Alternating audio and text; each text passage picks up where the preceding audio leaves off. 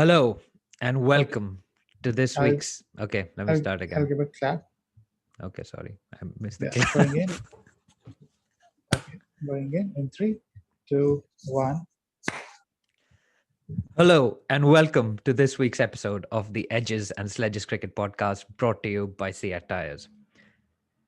It's been a bit of a sad week for Indian cricket fans, but as usual, I, DJ, am going to be joined by Varun and Ashwin to try and wrap that slightly emotional World Test Championship final.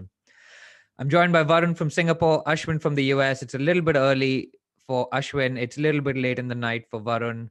The emotions are still raw because we're recording this the day after India has lost the World Test Championship and New Zealand has won the first ever World Test Championship. Ashwin, I'm going to come to you first, man. Let's first get a reaction from you on how you're feeling at the moment. It's a very hard question. I want to say in the moment the loss happened, it was the word to describe it was heartbreak. But it's a little bit of everything, to be honest. Like I want to be, as the cricket fan, I am genuinely overjoyed for New Zealand. I'm appreciative of their incredible run, and yet the India fan in me just has to deal with another ICC tournament loss, another heartbreak. So I guess the short answer to how I'm feeling is a lot of different things all at once, DJ. Yeah, I think that probably sums it up. Varun, anything to add to that? You were up quite late last night in the hope of another miracle, but it wasn't to be, right? I actually slept before the final runs were scored, so I don't know how the celebration went. But I thought India just loses the first match of the series, so I was looking forward to the second and the third. And then today, when I woke up, I found out that's it. They've been announced the champions. Yeah, well, indeed. So for me, it was It actually sounds like Virat had the same reaction as you, but we'll come to yeah, that, I'm he sure. did actually. He said three-test series, but we already knew he was saying that even before. Shastri was saying it even before. For me, it Yeah. was more deja vu, man. It's here in the UK. It's an English summer evening. It was India. It was New Zealand. There was rain. There was bad light. There were interruptions, and it was a similar result with 45 minutes. I don't know, 45 minutes to an hour of poor batting, which led to New Zealand lifting the mace. But let's talk about the New Zealand side first, because I know we're going to get into the India side. We're going to talk a lot about the India side, what went wrong for us, what we need to do to get better, what we need to do looking forward. But we must first give credit to this New Zealand side. I mean, after the heartbreak of the 2019 World Cup final, where arguably they were the better side and just had the worst luck possible with those overthrows, the umpiring decisions, the catch that Trent Bolt stepped on the boundary for, then the super over, tying the super over, or boundary count back, all sorts of crazy stuff went down. But they were deserving champions, Ashwin. Your thoughts? Yeah, that's what I mean, right? It's hard. I think most of us would have felt if we lost this World Test Championship final to Australia or England or anybody else, either teams that we have more of a fierce rivalry with or that aren't as deserving, we would have heard a lot more. To lose to Kane Williamson, I mean, Kane Williamson just looked like a leader among men, right? Both with the bat and as a captain. Varun, you didn't get to see the final runs. The way Ross Taylor hit the final runs, and it was a muted celebration. They kind of walked mid. There was this moment between two stalwarts of the New Zealand game. Ross Taylor's obviously more experienced. Kane Williamson is the skipper, but they just enjoyed a little bit of a muted celebration. And as painful as it was for us in advance, you couldn't help but say, you know what? You look back, this has been an outstanding test side who have done an incredible job. I mean, they reached the fact that they even reached the ODI finals and should have won or arguably tied it. Uh, just incredible. So very happy for the New Zealand team. We will go through and talk about our dissatisfaction with Team India, but you can't take anything away from New Zealand. They played like champions, and they're now sitting with the championship trophy. Varun, and I want to ask you, I mean, is the pain slightly less, as Ashwin said, having lost to this New Zealand side led by Kane Williamson, and of course, people like Ross Taylor, you've got Saudi, Bolt, Jamieson, all the nice guy effect. They play pretty good cricket as well. They're finalists in 2015. outdone by Mitchell Stark, finalists of the World Cup in 2019, outdone by the boundary count back rule. And finally, they get to lift their first ever world title. So I think alongside the sadness of the Indian cricket team losing, it's slightly offset by the joy of watching this New Zealand team win, right? I don't know, man. Like, I think there's 1% of me that is probably happier losing to New Zealand than anyone else, but a loss is a loss. And Virat Kohli said this, right? He's like, it doesn't mean that everyone else playing cricket is bad. There are no bad guys out there, maybe barring a few in Australia, but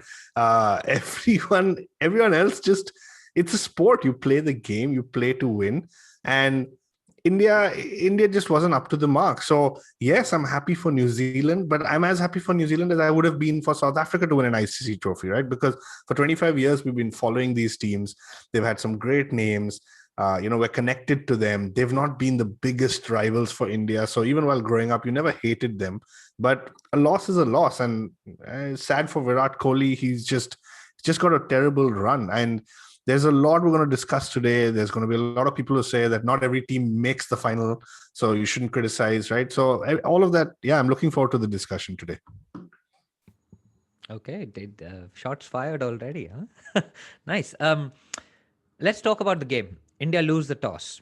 But before that, selection. I want to talk about New Zealand going in with 4 quicks, Ashwin. And I wanted to say Charles de Gaulle, but it's Colin de Grandhomme, CDG, is what I've got written on my notes, because CDG is like the French airport, right? So Colin de Grandhomme and the 4 quicks, they go in with Jamieson, Bolt, Southee, and Wagner, arguably the best 4 quicks in the world at the moment. No spinner, Ashwin. In hindsight, they were proved right, but how did they read the pitch better than India did? I mean, in hindsight, absolutely, right? But let's be honest, all 3 of us sat on the show and recommended 2 spinners because we talked about Southampton's history, we talked about playing to your strengths, etc. So it's easy now to sit back and criticize the selection. We've said this many, many, many times on the show. I think if we had let's call it a Hardik Pandya or somebody, a quick bowling all-rounder, it would be a no-brainer. Or call it a Shardul Thakur. I don't know. You think can Shardul bat at 7 for you? Wait, aren't we talking about New Zealand's team selection first? Okay, we've already got into it. So compared to India's team selection, I guess, New Zealand got it right. I think you'd still say conventional wisdom would dictate having a spin option, because had India batted slightly better, it's very possible this match could have gone slightly differently and they'd regretted not having any different options. I mean, I was looking through the scorecard. Colin de Grandhomme didn't take a wicket in the first innings, didn't bowl in the second innings, didn't bat in the second innings, and made 13 runs, right? So you can look back and say New Zealand didn't end up needing that number 7 slot, which is why we're not scrutinizing it as much. On the 4 quicks, no brainer. I mean, you could almost have slotted Matt Henry in for one of that. That's how phenomenal their depth of quick bowling is. So short answer is I think they got it right. They put their quick bowlers through long spells and it paid off. And just sticking with selection, Varun, I want to ask you, why does India announce its 11 the day before the game or 2 days before the game? There's no need to do it, right? And particularly in this case, you lost day one. You need to give in your team before the toss. You don't need to announce it 2 days before. Is it like an alpha thing for Kohli to say, you know what, we're going to put this team out. We don't care about what you think. We don't care about what your analysis is going to be. We don't care about whether you can strategize about it. It's completely pointless. Why wouldn't you retain that element of surprise? I don't know, you could have brought in a Siraj, you could have brought in a Shardul from Shardul wasn't in the 15, but he could have brought in a Siraj perhaps instead of one of the spinners, right? So why do we lose that element of surprise? I don't know. I think Australia and England were the first 2 to kind of do it. We didn't used to do this till a year or 2 ago, I think. Maybe when we started playing England, I think if my memory serves me right. But yeah, it makes no sense. There's no need to do it. It's very difficult to also retract when you've put a statement out there. All of us know that, right? When you say something and then you have to pull back, it makes you question a lot of things. And are there problems in the camp, etc. I think they do it simply to project the confidence. And also to tell the 11 that, you guys sleep peacefully, sleep well, you guys are going to play and get your mind ready for it. So, but you can do that internally. You don't need to make a public statement of that, right? Yeah, absolutely. Agree. So I agree with you. I don't think it's needed, especially in conditions where it's going to rain, you're going to lose time. It didn't make any sense. Absolutely. So let's now go to the performances of the game, right? We know the scores. India scored 217. New Zealand got a 32-run lead. India then batted. India set them a target of 139 to get, which they got with 2 wickets down. So that's the quick summary of the game. But I want to talk about performances, right? I want to talk about big game performances. And the guy who stood up, the man of the final, Ashwin, was this guy who's 6 feet 8 inches tall. So when he stands up, he's really standing pretty tall. Kyle Jamieson, man, he's won the Seat Secure Drive Player of the Week once for merely having that IPL price tag, I think. Um, but this time it was his performance on the field, man. That first innings, 5 wickets in that first innings, dislodging and breaking the opening partnership between Gill and Rohit, which we talked last episode how it was a dream start for Team India, man. Talk me through this performance by Kyle Jamieson. Incredible, right? Yeah, absolutely outstanding. So as you said, he's our Seat Secure Drive Player of the Week, unquestionably, right?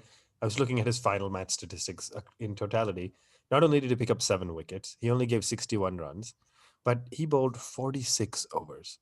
So just look at that economy rate as well. Look at what that's going to do to his average. He came into this test match with an average of around 12, 13 runs.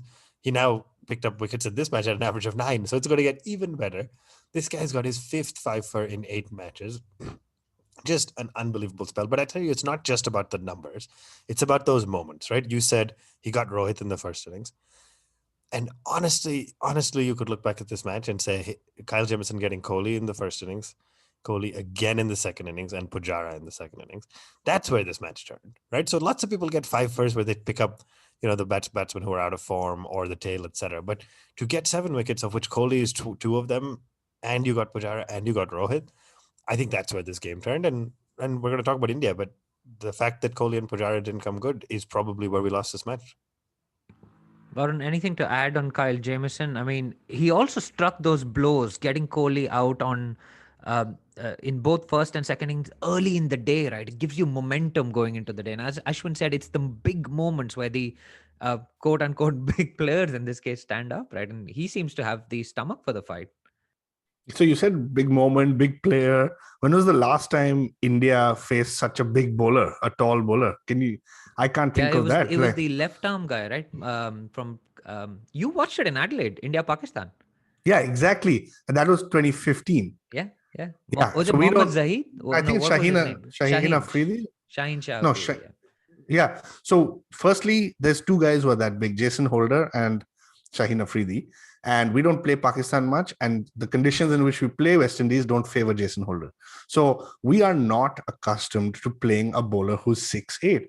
The release of the ball, the pitching of the ball, the way it's bouncing, the fact that he got swing and moving it as well. Apart from Virat Kohli, nobody's really faced this guy. And apparently he refused to bowl to Kohli in the nets with a Duke ball. But I can speak from Rishabh Pant's perspective. In the first innings, I think he just got completely beaten by the fact that he doesn't know how to play a bowler who's 6'8". And it's not easy. It's just very different. So kudos to him. He did absolutely well. And I'm glad we got some experience in playing somebody like that because it's not easy. Yeah, and there's some great stats by Freddie Wild about a high release point and how India haven't done well against a high release point. And I don't think it gets much higher than 6 feet 8 inches tall, right? But you brought up an interesting point, Varun, about conditions, right?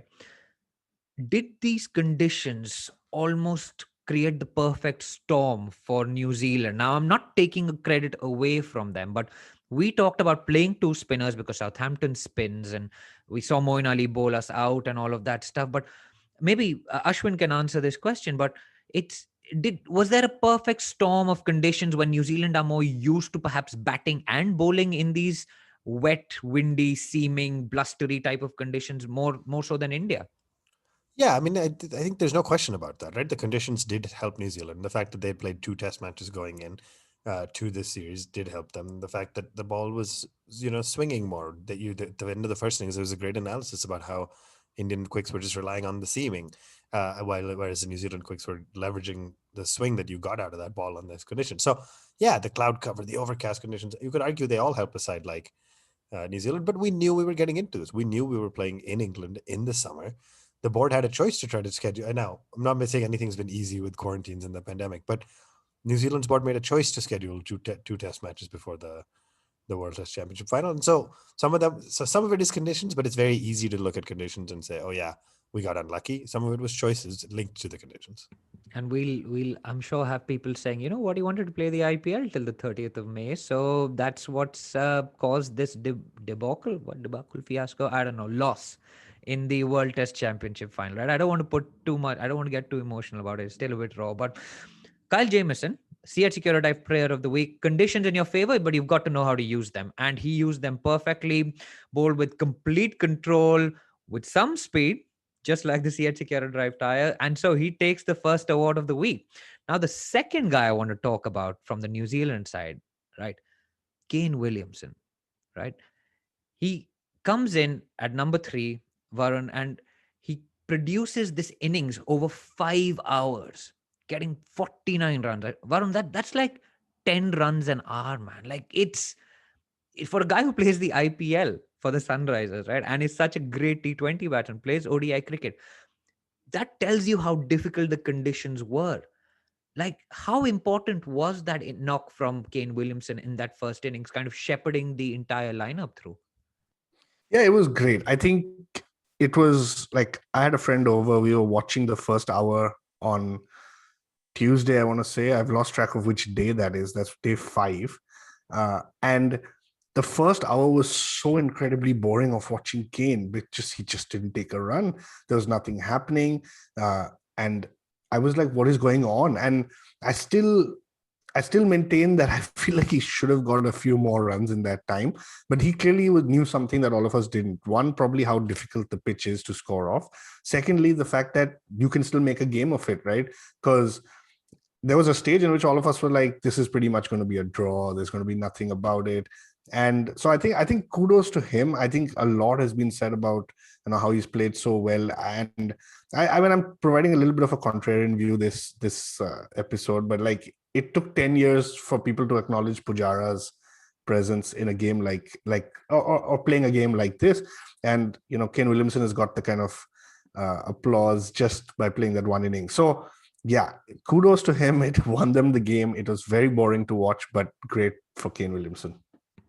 I actually found it fascinating to watch. The way he played the ball so incredibly late under his eyes was a masterclass in batting in those conditions. And the Indians bowled very well, right? And the 16 runs, I think it was scored in the first half. It made for, well, it wasn't like exciting cricket, but it was compelling cricket in a way for me. I mean, and there was the LBW shout that didn't go out in our favor. I mean, small margins, right? I'm not making excuses, but Ashwin, if you're a Kiwi fan, I just want to say that you remember the episode with Bharat? He told us that he twirls the bat. Yeah. And then I was listening to commentary, and they basically were saying he twirls it so that he can have soft hands, right? So that he doesn't grip the bat tight just at the moment of the delivery. So if you noticed it, I was watching out for that because we talked about it on our episode. He twirls his bat every delivery, probably 3 seconds or while the bowler is running out. And that's so that his hands are soft. And that allows him to really kind of play the ball late and not let it kind of push towards it to get those edges. And he sometimes plays it so late it almost rolls onto his stumps, right? Yeah. That's a really interesting insight, and not to go on a tangent, but Varun, I had only heard that before in tennis, where you watch the greats and they're often right before returning a ball, they're twirling it, and it's only so that they don't grip too tight, so that they just got a nice relaxed grip. So it's that's the super same, interesting. Yeah, very same interesting. logic. Wow. Nice little insight there. Very good. Ashwin, if you're a Kiwi fan, when Kane Williamson is batting, do you just feel safe? Do you just feel like the world is okay? Nothing's gonna happen. Do you just feel like he's the safest pair of hands you could ask for? Yeah, absolutely. And so I guess you're teeing me up to say Kane Williamson is the winner of our second CEAT Award of the week, and that's our puncture resistant or puncture safe performance. I mean, across the many weeks we've had this CEAT partnership and given these awards out, I can't think of anybody who I would use in the world of cricket or anybody for who I would use the expression puncture resistant or puncture safe more than Kane Williamson.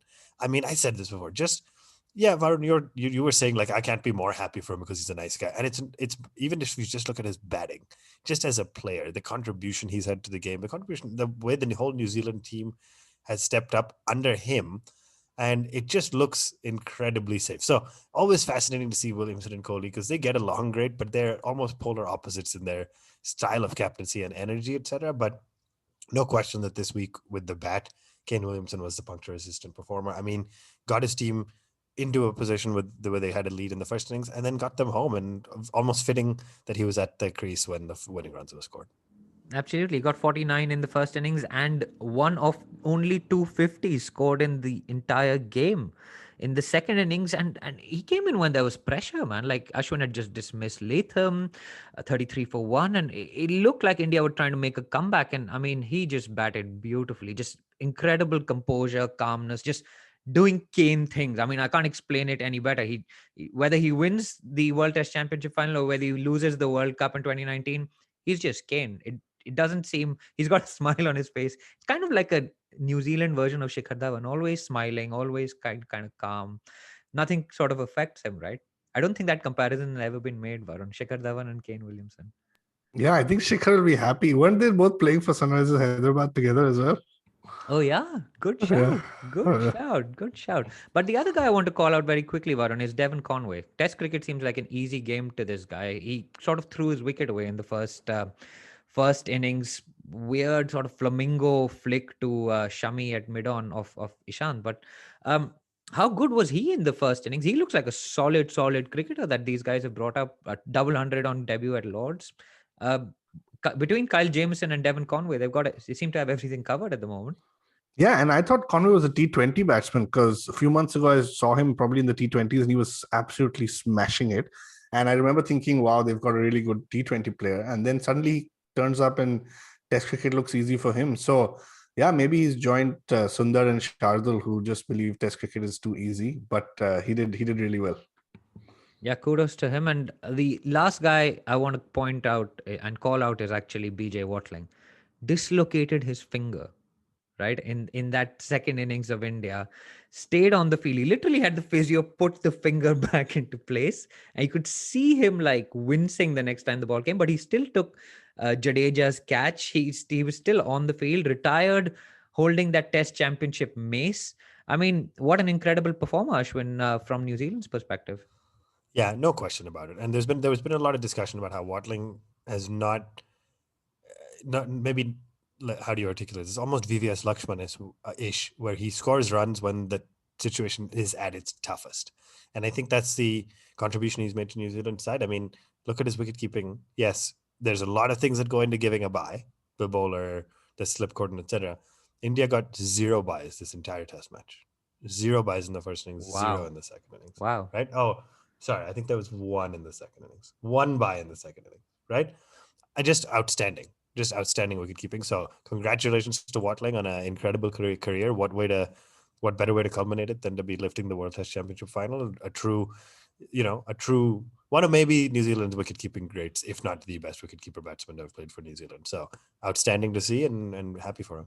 Absolutely. And the other guy, very quickly on the New Zealand side, I want to call out is Ross Taylor, who hit the winning runs. There's some speculation as to whether he'd retire from Test cricket. I think that's all fairly unfounded and based on what he said in an interview saying, he may have retired if they won the World Cup. I think he's committed to playing the next World Cup already. So I think that's all unfounded. But what a nice way for him to finish that game. So yeah, I mean, I think New Zealand were just overall a better team on that 6th day, right? It was all locked in going into that 6th day of Test cricket. There was a lot of chat about whether you should have a draw, joint winners, or we want a result, timeless test, 450 overs, all of that stuff. In the end, we didn't need any of it. New Zealand, through sheer determination, all the conditions in their favor, having the personnel to deliver, ended up on the winning side. So congratulations to them and all their fans. They've been a great set of ambassadors for cricket over the last few years. So well done to them.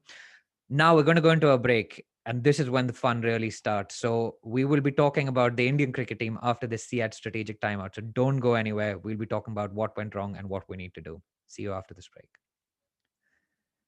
Welcome back from that SEAT strategic timeout, and you're still listening to the Edges and Sledges Cricket Podcast brought to you by SEAT Tires. Ashwin, I'm going to come to you first on this. The way I see it, there's 3 things that every test match or every test team goes through: preparation, planning, and execution, right? First up, was our preparation good enough? I want to say it's easy again in hindsight to say it wasn't. I think other than not having a little more time in England, I would say it was good enough. Right? I mean, if you think about Australia and the series we won down there, then having England come to India, there was so much up in the air about timing, about whether it's just hard to schedule the World Test Championship final because you don't even know if you're going to make it. Right. So you can't plan this window around it. And New Zealand just plays less cricket than we do as a whole and had more windows in the calendar. So overall, I think I'm going to say I don't blame the preparation for in a overly significant way for the loss this time around. Fair enough. Varun, I'm going to ask you. All three of us on this show have gone on record saying India is going to win this World Test Championship final, right? I want to ask you now, when you look back at it, fine, we've lost it, but I've lived in this country for 13 years. We have won 2 test matches in this country that we won at Trent Bridge and we won at Lords.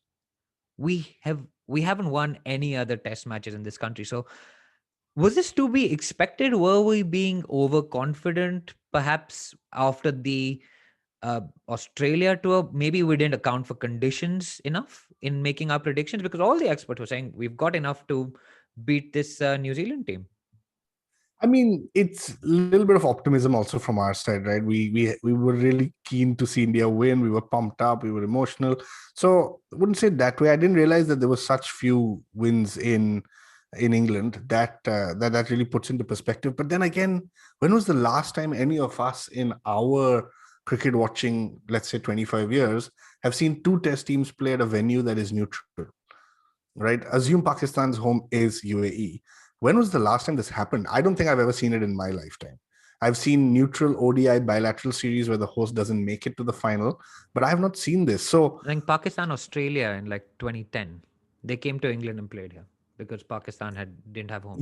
so that's the one series that you could recall, but it hasn't happened, and maybe not ever for India. So I think I think we were being optimistic. New Zealand, like Ashwin said, had that 2 tests before, and the conditions suit them better, but just a little bit. I mean, the conditions suited Australia better at the Gabba, right? And we still won. So I don't know. I think I want to move on to team selection and the things. I'm going to say the preparation didn't seem to have that much lacking. I don't think the planning is wrong. We've seen that from India in the past. I think it's just that execution. And I'm sure you're going to ask us about team selection now. Yes, so talk to us about team selection. Yeah. Go for it. So in hindsight, I know we said this was the best team we played. In hindsight, looking at all things like our record in England, our record overseas, our record in first tests, I can't help but think we missed a trick in terms of one batsman. And like I said, I don't change what I said in the previous podcast. I think this is India's best team. But yeah, on paper, sometimes it's not necessarily the best team that needs to go out there and execute the plan. I just feel that with all of India's record in ICC, the batting has failed us so much. The same thing happened again this time. I wish all of us had thought about it differently and gone in with a Mayank or a Vihari instead of Jadeja. So, yeah. And Ashwin, I'm going to come to you on this. Jadeja, did you feel he was underutilized by Kohli with the ball? I mean, that's, I think, what Varun's alluding to, right? I mean, and not only underutilized by the ball, I saw only a little bit of his batting actually in the second innings, but a lot of people were messaging me saying he looked completely uncomfortable. But it was high-class bowling that he was playing. He was playing Wagner, Jamieson. It was tough. Agree, but can't help but Pant think was like running down the pitch trying to whack it. Yeah, agree. But I'm just saying, I'm not saying that Jadeja should have been dropped. I'm just saying in hindsight. Yeah, fair enough, because Jadeja is a bowler who can bat, I think. Bowling, is that probably a fair assessment? Primarily a bowler who can bat? I mean, if you have to put all-rounders into a bowling all-rounder or batting all-rounder, I would say bowling all-rounder. He's definitely closer to the middle than others, but yeah, he's definitely bowling all-rounder. Fair enough. But do you think then in that context, he was underutilized by Kohli with the ball? Because he didn't come on for ages. Yeah, I mean, he only picked up the wicket of the tail-ender at the end after getting hit for 6 in that first innings, right? So I see the merit in Kohli's strategy to back his quicks, to give Ashwin one end, and to rotate the other 3 just to give them enough rest. it's one of those things where every time there was just a long enough partnership, then you'd start to think, hey, how come you're not trying the other guys? I think there's a little bit of Jadeja could have probably been tried sooner against the right-handers. There were a couple of partnerships with both right-handers in the New Zealand side. So that's where I think he could have been tried. But the New Zealand batting was looking solid enough that I'm not sure he would have made as big a difference. But short answer, probably slightly underutilized. Fair enough. Fair enough. I mean, I think we all thought that was the best 11 for all conditions, right? And if the game had gone 5 days, if people had batted properly, if it wasn't that wet, seaming, swinging, maybe the spinners would have come more, and you could see Ashwin was getting turned, right? So, um, I want to talk, Ashwin, to you about this middle order, because I know Varun has got quite a lot of views on this middle order. Um, so maybe we start with the middle order and then we go back to Rohit, because Rohit did okay, but kind of threw his wicket almost in both innings. Fair assessment. Do you want to start with the middle order or go back? Let's go with Rohit then. Let's start from the top. Let's start with Rohit. Okay. Yeah, I mean, can you fault the guy who makes 34 runs in the first and 30 in the second when everybody else falls short? No. I think what's frustrating about Rohit was throwing away that start, right? Arguably with the brand new ball may have been some of the toughest conditions against this bowling lineup, and he got a start. I don't know what we define as a start, but to me, 30 plus runs constitutes a start. And he just threw it away in both cases. So that's what was disappointing. The second innings, the delivery was better by Tim Southee, but the first innings he just wafted at a ball outside the off that he had no business hitting. So it doesn't change for me that Rohit belongs in this Test side. I think he scored the most or second most runs for us in this whole World Test Championship, and so yeah, just sad to see him throw it away, because that doesn't seem like the Rohit we've gotten to know and love in the last year and a half in Test cricket. That seems like the Rohit from before that just resurfaced this week. Fair enough. So sticking with the top order, Varun, Gill and Pujara, thoughts? Gill looks like he belongs there every time he steps out. It's just not been working out great for him. The whole India-England series and now this World Test Championship. I want to say, give the guy some time. It's not easy to just kind of walk in opening overseas where openers have failed year after year. So Gill, again, does the hard work, right? I think what I like about it is he kind of takes that first 10, 12 overs out of the equation so that a Pujara is not walking in the second over of the match. So I think he's done that consistently and give him credit for that. But Pujara, man, like, I don't know, he's just so hit or miss. I can't help but think that if we were in the fourth innings chasing and Pujara was there, we would have all been like, what a batsman. He's just blocked everything. And then suddenly you're like, he needs to set up the score to set up a win. And suddenly you're like, Pujara, where's the intent? Where's the intent? So I don't know, man. I'm mixed. I just think for all the listeners out there, just remember that we won overseas, right? We made the final. So none of what we're saying here is like, oh, drop Pujara, fire Pujara. We're not saying that. We're just trying to analyze it and also think through why. Like, yeah, why does Pujara not seem as valuable when India needs to set a score? It's not easy.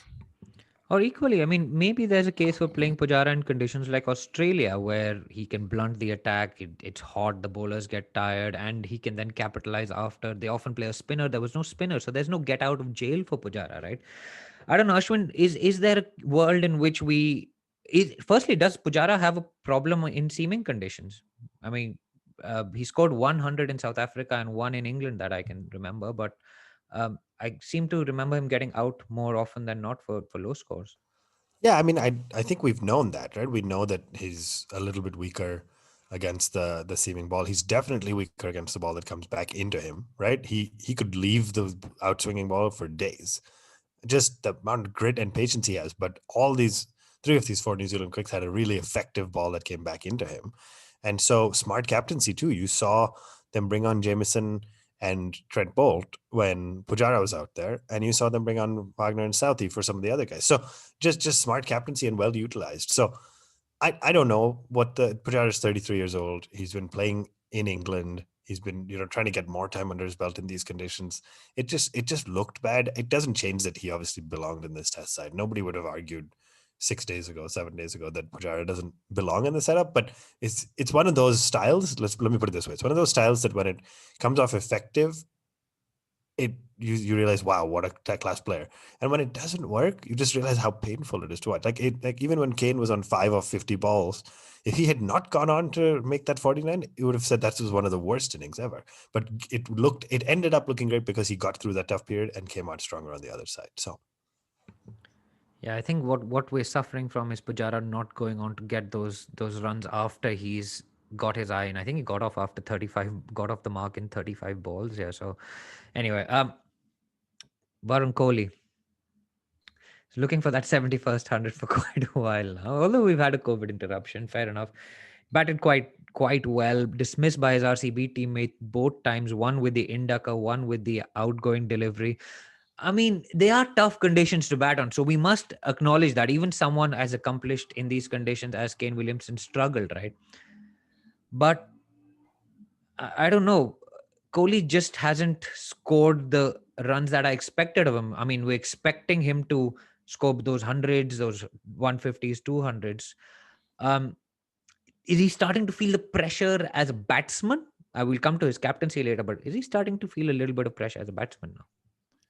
I'm sure he is. I think it plays on everyone's mind if the whole world is going on about how, you haven't scored a century in a while, and he's got enough centuries. So I don't think he has to be worried about that. His first innings was great. I think as good as Kane Williamson's almost. He played extremely well.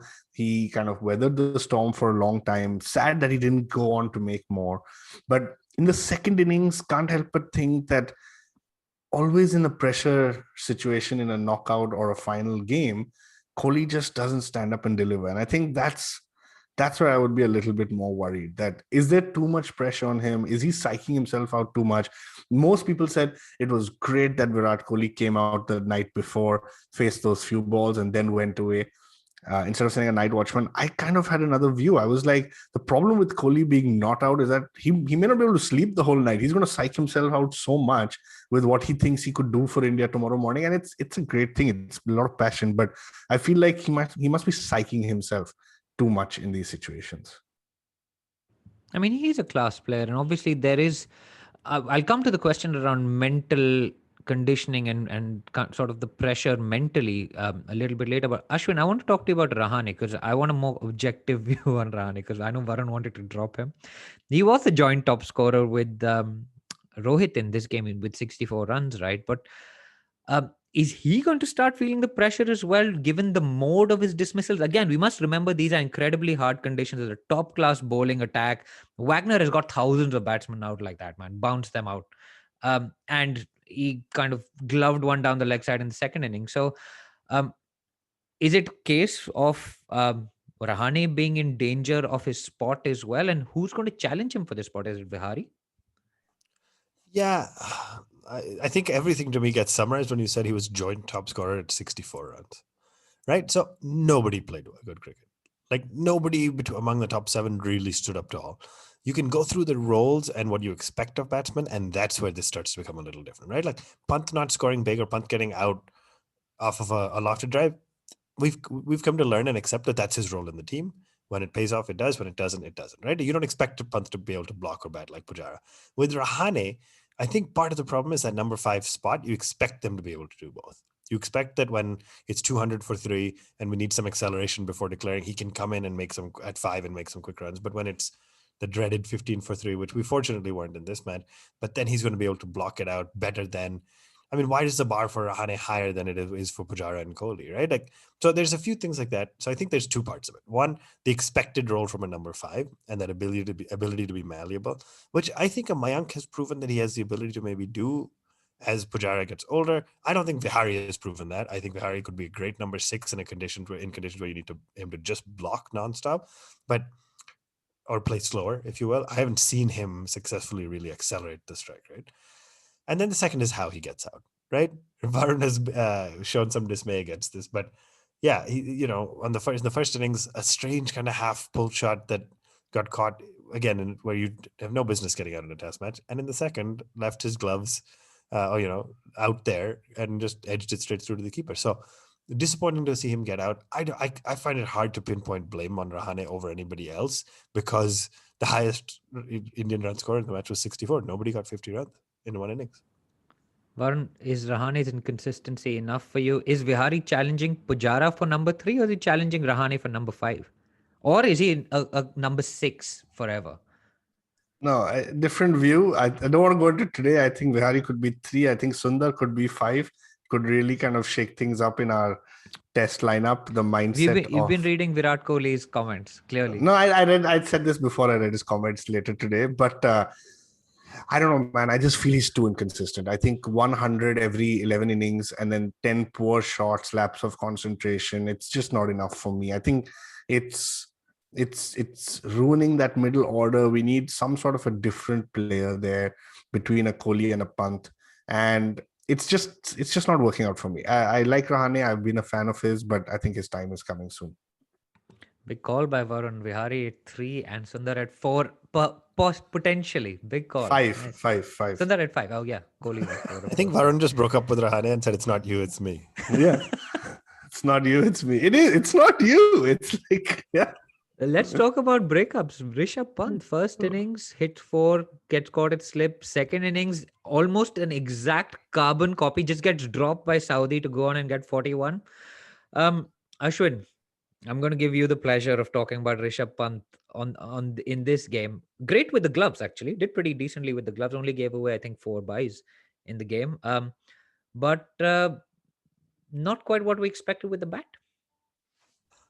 The fact that when he walks in at 72 for 4 and we think the match should be over and he doesn't get out till the score is 156, that shows you the importance of Pant inside. That shows you what he's brought to us as fans. That shows you how much hope he's given us. And honestly, him making 41, was he the highest scorer? He was the highest scorer in the second innings by quite a margin, right? Yeah. So I don't discredit him because it's not every day a player is going to walk into a collapsed situation and be able to find a way out and win. And he's done that for us many times in the recent past.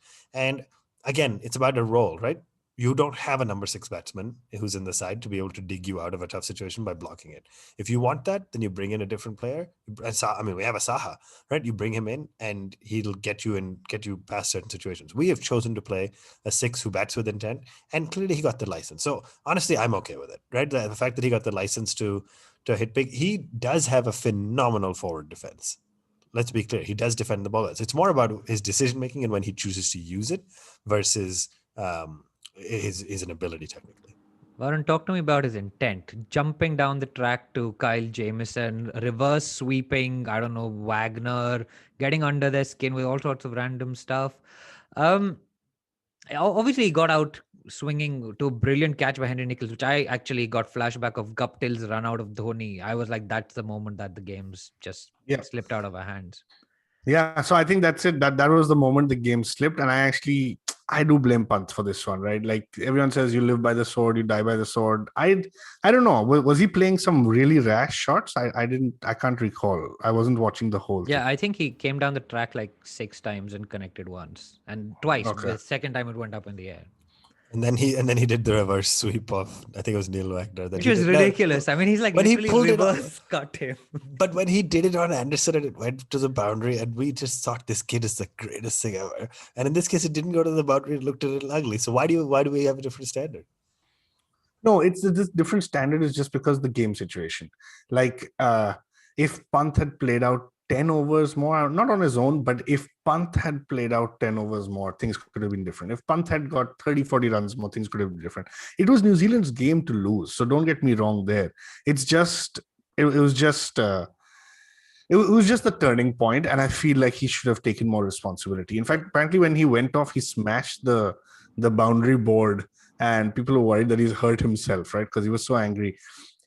That's not his game, man. That's why we love him. He comes out, he hits Jack Leach for 30 in a test match. And No, I agree. I'm just saying that's why you love him for sure. But it's that reading of the game situation. You were, I think the reality is you have 3 number 11 batsmen to follow, right? Jadeja doesn't bat that well with the tail, I feel. So you should have changed your approach. I love the guy more than both of you, and you know that. But I'm sorry. You should have fire today, man. You should have changed your approach. You should have. Yeah, I think there was a little bit of desperation in that batting performance by Pant, I think he realized that he was a little bit out of his depth. He thought that the bowling was probably a little bit too good for him. No, So he wanted to do and he something did. different. And he got the runs. He spent the time. He did the hard work. The bowling was too good for him. In any other situation, this bowling is like Pant should not have done as well as he did in the second innings. But the fact that he fought it out, he should have stayed there. Okay, so I think we both sort of agreed on that's where the match slipped out of our hands, because before that we were talking about setting up a declaration, maybe getting to 180, 190 as a target, and Jadeja and Ashwin, Jadeja, Ashwin and Pant getting us there. But Varun, I also want to talk to you about, you mentioned very briefly 4 number 11s, right? We've had this problem for a really long time. And conversely, we seem to let the opposition tail wag every single game. What is going on? Yeah, it's a big issue, man. It's a big issue. So let me give you my perspective. Obviously India didn't bat well. Let's not talk about that. Like the two game-changing moments for me was one, when New Zealand came out after that lunch break and went on the attack. What a brilliant strategy. You saw Kane Williamson struggling. You know the batsmen to follow don't have that kind of technique or skill to be able to play the way he did. You knew that he is finding it tough to score runs. And so you just told, CDG, Jamieson and Southee, just go for it and cut that gap of the lead as much as possible. That was game changing in moment number one. And as part of 1A, I would also say that lunch break was game changing. So India was 135 for India had them at 135 for 5. The momentum was our way. 1.5 hours of a painful session, half an hour of momentum, and then you're like breaking for lunch. The whole game changed because of that.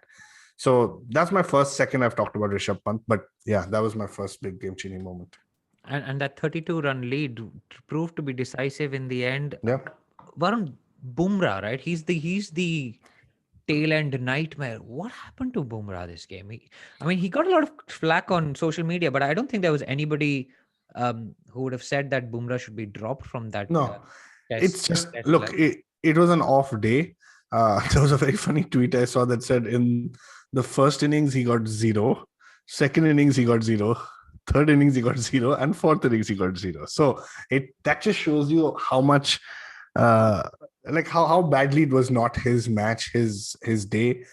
I just think that the difference was Kohli persisted with him a little too long. I think everyone believes Bumrah has that magic, he could come back. I think Kohli just believed in that a little bit too long, and you saw that there were some periods in the middle where after the pressure that Ishant, Shami and Ashwin were putting on the batsman, Bumrah over just released that pressure a little bit. So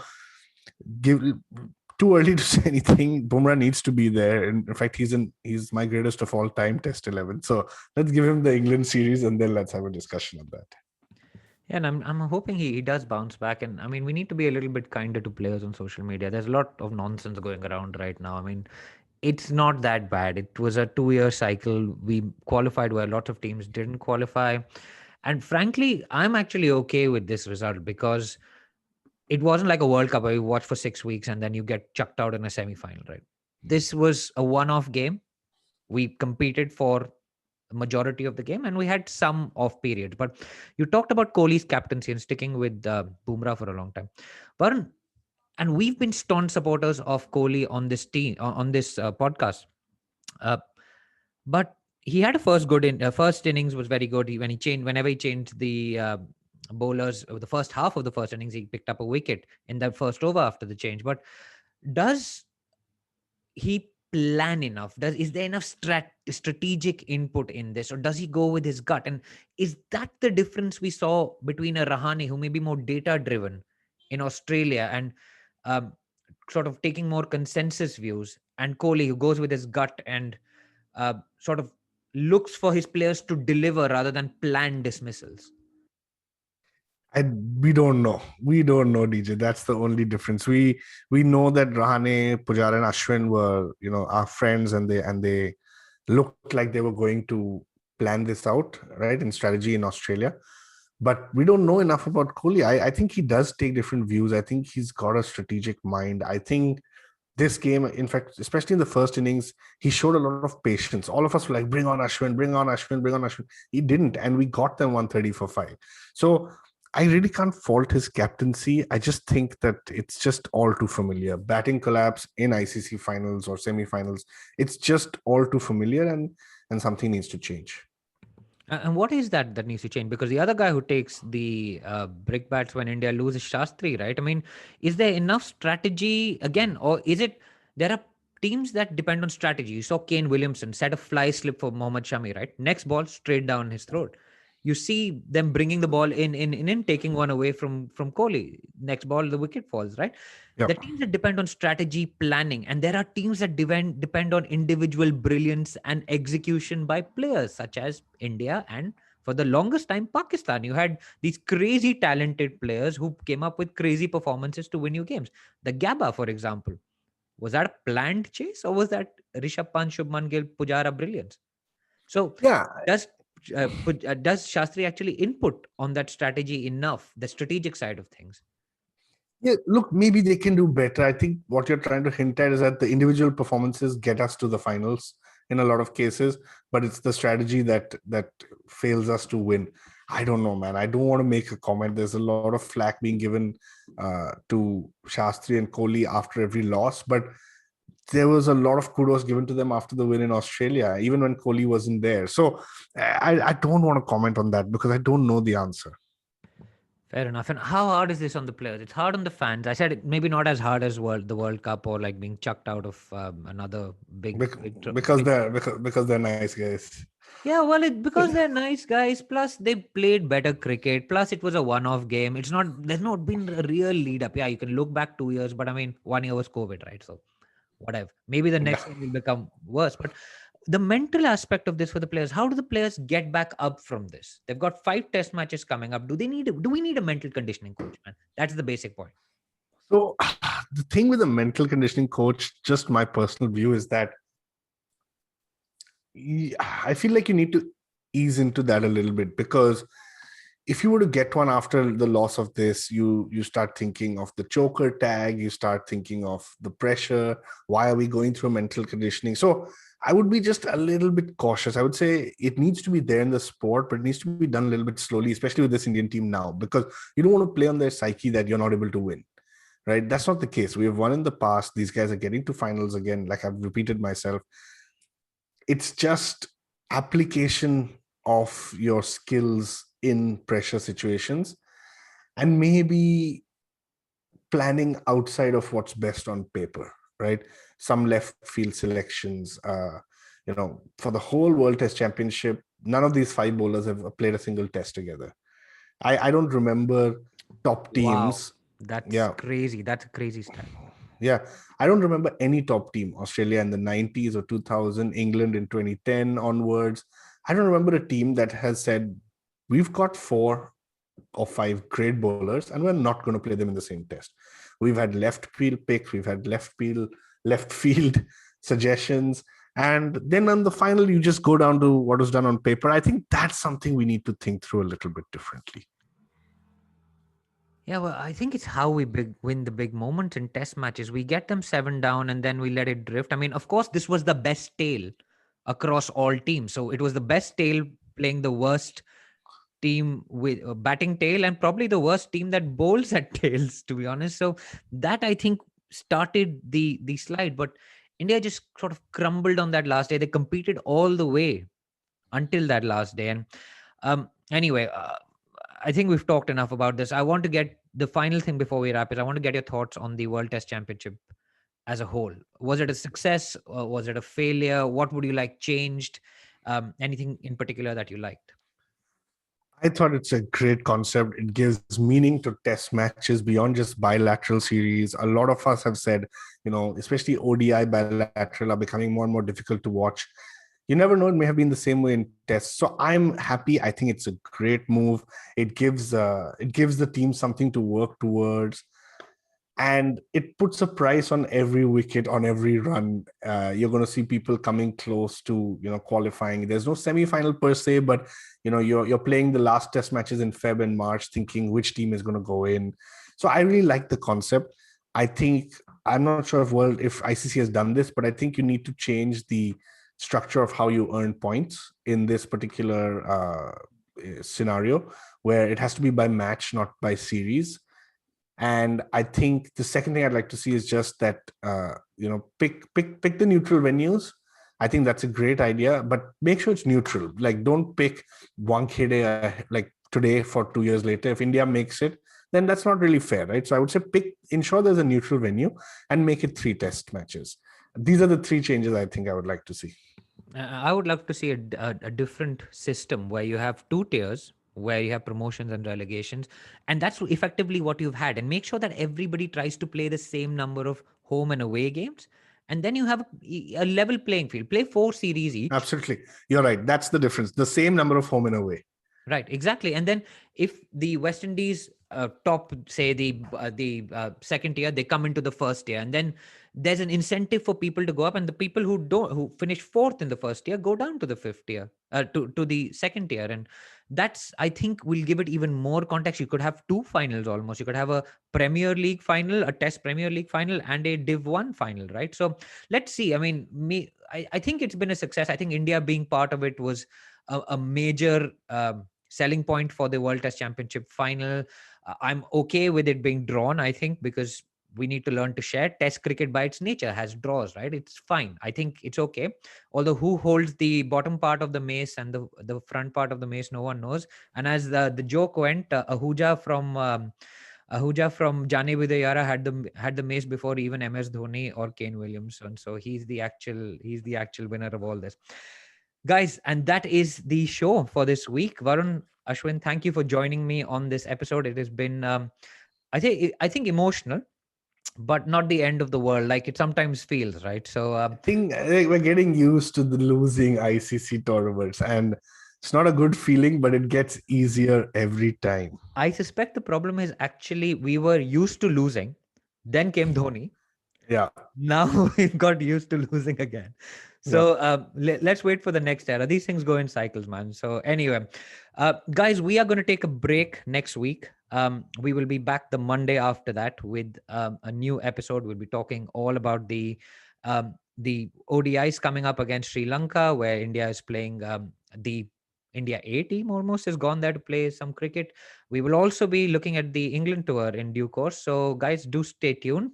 As you know, we're running the hashtag Bat with Siat contest. So please do answer the question, which is which 2 Indian batsmen have scored the maximum runs in the World Test Championship group stages. I'll give you a hint. It has stayed the same through the World Test Championship final, and it is the 2 joint top scorers in the World Test Championship final for India. So please do write in with the answer to that question on Twitter. We're at One Tip One Hand. Leave us a review, guys. Please. Every review you send us pushes up through the charts. We go higher than the other podcasts. So please do leave us a review on Apple, Spotify, wherever you listen, and tell people about the podcast. We will see you after a week. We'll see you a week on Monday, which is, what's the date?